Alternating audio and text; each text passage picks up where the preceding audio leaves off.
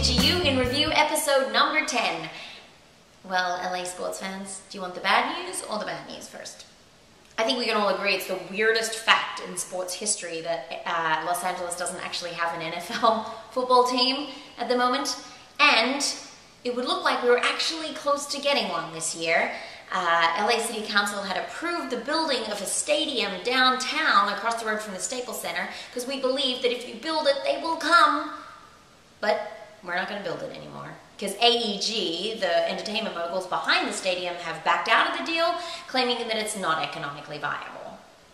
AEG, I don't know if you've seen the way that LA sports fans spend their money, but I'm pretty sure if you just put like a stadium tax on like $1 on hot dogs, beer, and popcorn, you'd have that stadium paid for in less than a season. Because gosh darn it, if you're spending $359 on lunch, what's an extra $3?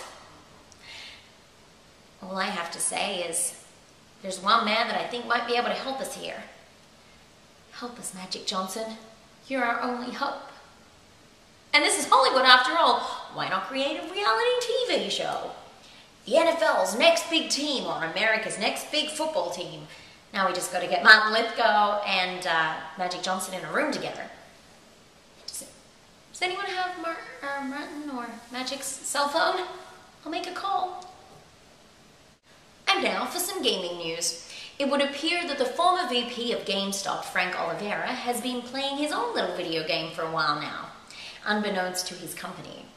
The game basically had one goal: to steal as much money as you could from your company without getting caught. And Oliveira did a very good job at this game. He managed to create his own company, Cloud Communication in Nevada, and ship off money, unbeknownst to everybody, for 3 years. And he had a fictional person that he'd created that received the money, and then that money was sent over magically to his bank account. He was able to make $1.7 million at this little video game of his, but as every parent of a video gamer will tell you, you can't play these games forever, kid. And the FBI seems to agree because he got caught and has been sentenced to 51 months in federal prison, and he's also required to pay back all the money that he stole, including some pretty hefty penalties. What a bummer, hey, Mr. Oliveira.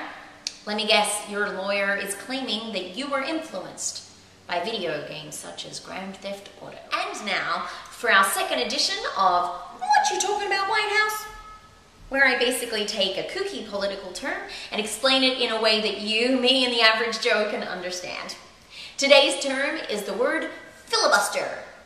Now, when I heard that there was being some serious filibustering in the White House, I went online to check out this Senator Rand Paul who's been doing the filibustering, and I was hoping that he'd be wearing a monocle and a top hat and like doing lots of this and lots of that. But he's not, he's just a politician wearing a politician's suit. Filibustering basically is a tactic that's seldom used in the White House, but it's a way to stop a measure being voted on.